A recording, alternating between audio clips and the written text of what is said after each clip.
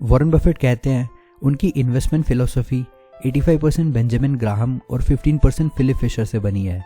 Common stocks and uncommon profits ये one of the most recommended investing book में से एक है, क्योंकि ये आपको प्रिसाइज और इम्पोर्टेंट पॉइंट्स बताती है जो आपको एक स्टॉक में लॉन्ग टर्म इन्वेस्टेड रहना या नहीं ऐसे डिसीजंस लेने में हेल्प करती है। सो दोस्तों, आज हम common stocks and uncommon profits by Philip Fisher के लेसन्स एंड टेकअवेज डिस्कस करेंगे। सो मेक श्योर आप ये वीडियो लाइक करो सो दैट ये वीडियो आपके जैसे और इन्वेस्टर्स को हेल्प करेगी इन्वेस्टमेंट फिलोसफी बिल्ड करने में, और सब्सक्राइब करो सो दैट आप मेरे फ्यूचर वीडियोस मिस ना कर दो। दोस्तों, इस वीडियो में हम 15 क्वालिटीज़ जो स्टॉक पिक करने में आपकी हेल्प करेगी ये भी डिस्कस करेंगे। सो मेक श्योर आप ये वीडियो एंड तक ज़रूर देखो, और कमेंट सेक्शन में आपकी फेवरेट बुक ऑफ इन्वेस्टिंग कौन सी है ये शेयर करना मत भूलना। Like always, let's get started. दोस्तों, फिलिप फिशर एक अमेरिकन इन्वेस्टर थे जिनका जन्म 8 सितंबर 1907 में हुआ था, और वो one of the most respected investors थे। फिलिप फिशर ने 1978 में common stocks and uncommon profits ये बुक लिखी थी, जो कि आज भी one of the best books on investing है। वॉरेन बफेट, चार्ली मंगर और अदर प्रोफेशनल इन्वेस्टर्स ये बुक हमेशा रिकमेंड करते हैं। दोस्तों, इस वीडियो में हम कैसे लॉन्ग टर्म इन्वेस्टिंग से बेटर रिटर्न्स बनाए जा सकते हैं, ऐसी कौन सी इंपॉर्टेंट 15 क्वालिटीज़ हैं, और स्कटलबट टेक्निक के बारे में जानेंगे। Know when to hold. Usually हम जब भी स्टॉक में इन्वेस्ट करते हैं इस इंटेंशन से कि हम ज़्यादा रिटर्न्स बनाएंगे, लेकिन मोस्ट ऑफ द टाइम हम बाइंग लो और सेलिंग हाई स्ट्रैटेजी में इतने कंफ्यूज हो जाते हैं कि हम जो लॉसेस कर रहे हैं उन्हें इग्नोर कर देते हैं, क्योंकि हमें लगता है कि हमारा नेक्स्ट स्टॉक हमें ज़्यादा प्रॉफिट्स बना कर देगा। फिलिप फिशर कहते हैं इससे बेटर स्ट्रैटेजी ये है कि आप जब भी कोई इन्वेस्टमेंट करोगे तो मेक श्योर वो कंपनी एक विनिंग कंपनी है। इससे आपको उसके स्टॉक प्राइस की चिंता कभी नहीं होगी, क्योंकि कंपनी जैसे जैसे परफॉर्म करेगी स्टॉक प्राइस लॉन्ग टर्म में उसी को ही कॉपी करेगा। फिलिप फिशर रिकमेंड करते हैं कि आप एटलीस्ट 10 साल का टाइम होराइजन रखें। ऐसी कंपनीज आइडेंटिफाई करना ये ईजी नहीं है, लेकिन ये पॉसिबल है अगर आप हार्ड वर्क करोगे, अच्छे क्वेश्चंस पूछोगे और आपके पास जो भी रिसोर्सेज है उसका पूरा यूज़ करोगे।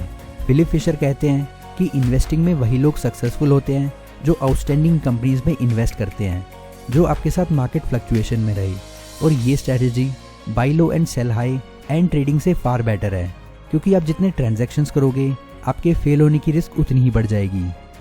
Scuttlebutt technique. ऑथर कहते हैं कि लॉन्ग टर्म गेम में जीतना हो तो ऐसी कंपनीज में इन्वेस्ट करो जो उनके कॉम्पिटिटर से फास्ट ग्रो कर रही है या मार्केट की एवरेज ग्रोथ से ज़्यादा ग्रोथ दे रही है। ऐसी कंपनीज चूज करो जिसकी मैनेजमेंट ऑनेस्ट, हार्डवर्किंग और केपेबल हो, जो कंपनी को गाइड करे ग्रोथ अचीव करने में। ये हम फाइनेंशियल रेशियोज और स्टैटिस्टिक्स से नहीं समझ सकते। सो ये अचीव करने के लिए ऑथर कहते हैं कि आप स्कटलबट टेक्निक का यूज़ करो, जो हमें कंपनीज के कस्टमर्स, सप्लायर्स और कॉम्पिटिटर से बात करके उन्हें ठीक से समझने के बाद उस इंफॉर्मेशन के बेसिस पे डिसीजन ले सकें, क्योंकि ये मेथड हमें कंसिस्टेंट व्यू देता है कंपनी का। In simple words, scuttlebutt technique हमें कंपनीज की रियल इमेज जो मार्केट में है वो फाइंड आउट करने में हेल्प करती है। फिलिप फिशर कहते हैं कि वो कंपनी जिस इंडस्ट्री से बिलोंग करती है आप उस इंडस्ट्री एक्सपर्ट्स के ओपिनियन जान लें, उसके साथ ही कंपनीज के एक्स एम्प्लॉयज़ का पर्सपेक्टिव भी जान लें, बट मेक श्योर आप उनके ओपिनियन बहुत सीरियसली ना लें, क्योंकि वो बायस्ड है या नहीं हमें ये नहीं पता होगा। मेक श्योर आप एक क्वेश्चनेयर बनाएं जिसमें आप उस इंडस्ट्री, बिजनेस और उसके थ्रेट्स रिलेटेड क्वेश्चंस बनाएं, और जब आपके पास सफिशिएंट इन्फॉर्मेशन हो तो आप कंपनीज के मैनेजमेंट को अप्रोच कर सकते हैं। इन्फॉर्मेशन जो आउटसाइड से मिली है वो इनसाइडर जितनी ही इंपॉर्टेंट है। ऑथर कहते हैं कि most of the time investors fail हो जाते हैं, और इसका रीज़न होता है कि वो कंपनीज की रियल इमेज फाइंड आउट नहीं कर पाते।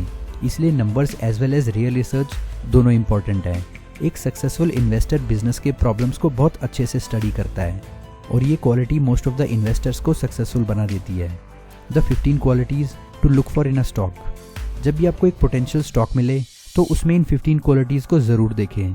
First, does the company show sufficient market potential for long term sales growth. दोस्तों, ये एक नो ब्रेनर है। अगर ईयर ऑन ईयर कंपनी की सेल्स ग्रोथ नहीं बढ़ रही है तो ऐसी कंपनी से दूर रहना ही अच्छा है। सो मेक श्योर आप लॉन्ग टर्म सेल्स ग्रोथ पे ज़रूर फोकस करें। Second, can the companies management guide innovation for tomorrow's product. Company के प्रोडक्ट टेक्नोलॉजी को अडेप्ट कर रहे हैं या नहीं ये जानना बहुत इंपॉर्टेंट है, और इसलिए प्रोडक्ट इनोवेशन कंपनी के लिए बहुत ज़रूरी है। मेक श्योर आप कंपनी की प्रोडक्ट हिस्ट्री देख लें और उसे कंपेयर कीजिए आज के प्रोडक्ट के साथ। Third, does the company use research and development to advance its agenda. अगर आपने जो कंपनी चूज़ की है जिन्हें रिसर्च एंड डेवलपमेंट पे बहुत डिपेंडेंट रहना पड़ता है, तो मेक श्योर कंपनी R&D का यूज़ न्यू टैलेंट और बेटर प्रोडक्ट्स लाने के लिए कर रही है, ये ज़रूर देखें। Fourth, does the company have an above average sales organisation. किसी भी कंपनी के लिए मार्केटिंग बहुत इंपॉर्टेंट है, सो मार्केटिंग कैपेबिलिटीज़ बहुत ज़्यादा एक्सेप्शनल होनी चाहिए। आप उनके प्रोडक्ट्स की इमेज उनकी मार्केटिंग के पर्सपेक्टिव से भी ज़रूर देखें। Fifth, does the company have a worthwhile company margin. दोस्तों, जिस कंपनी के मार्जिन अच्छे हैं वो कंपनी अपने शेयर होल्डर्स को रिटर्न अच्छे देगी। ये बहुत सिंपल है। समटाइम्स कंपनी की सेल्स वॉल्यूम बहुत होती है बट मार्जिन बहुत पुअर, सो मेक श्योर आप इस पर फोकस करें। एक कंपनी जिसकी सेल्स सेम है लेकिन प्रॉफिट मार्जिन में बहुत डिफरेंस है, तो आप ऐसी कंपनी ही चूज़ करें जिसके प्रॉफिट मार्जिन्स अच्छे हों, और अच्छे प्रॉफिट मार्जिन्स वाली कंपनी ही लॉन्ग टर्म में अपने शेयर होल्डर्स को अच्छा पैसा बना कर देती हैं। Sixth, what is the company doing to maintain और improve profit margins. Make sure आप प्रॉफिट मार्जिन की ग्रोथ पे फोकस करें और ये इवैल्यूएट करें कि प्रॉफिट मार्जिन कंपनी कैसे इंप्रूव कर रही है और उसके कॉम्पिटिटर्स के लिए क्यों डिफिकल्ट है अचीव करना।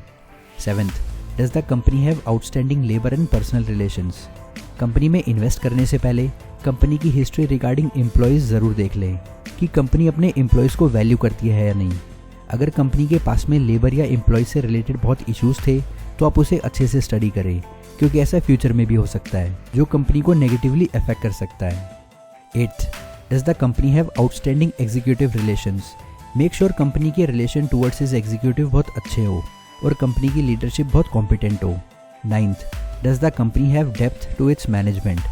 ये एक इम्पॉर्टेंट पॉइंट है दोस्तों। मेक श्योर कि कंपनी की अच्छी परफॉर्मेंस का कारण कोई एक लीडर ना हो, जिसे हम कीमैन भी कहते हैं।